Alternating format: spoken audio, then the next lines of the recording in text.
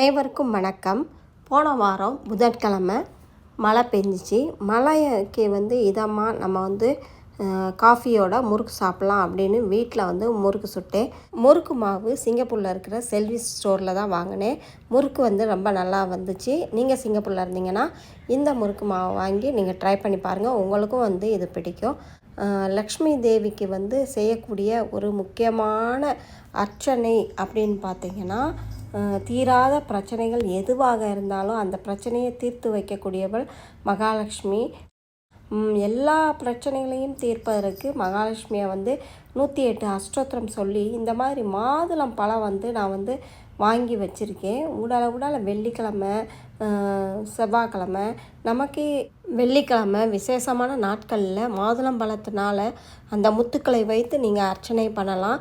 மாதுளம்பழ செடியில் லக்ஷ்மி குடியிருக்காங்க. அர்ச்சனை பண்ணி முடித்த பிறகு அந்த பழத்தை நம்மளும் சாப்பிட்லாம். நம்ம வீட்டு பக்கத்தில் இருக்கிற குழந்தைகளுக்கும் கொடுக்கலாம், உங்கள் குழந்தைகளுக்கும் கொடுக்கலாம். இந்த மாதிரி தொடர்ந்து நீங்கள் செய்ய தான் அதனுடைய பலன் உங்களுக்கு கண்கூடாக தெரியும். உங்கள் வீட்லேயும் லக்ஷ்மி கடாட்சம் நிரந்தரமாக கிடைக்கும். இந்த வீடியோ உங்கள் எல்லோருக்கும் மிகவும் பயனுள்ளதாக இருந்திருக்கும் அப்படின்னு நான் நம்புகிறேன். இந்த வீடியோ பிடிச்சிருந்தா லைக் கொடுத்துருங்க, உங்கள் ஃப்ரெண்ட்ஸுகளுக்கு ஷேர் பண்ணுங்கள். இந்த வீடியோ பற்றிய கருத்துக்களை எனக்கு தவறாமல் பதிவிடுங்க. நன்றி, வணக்கம்.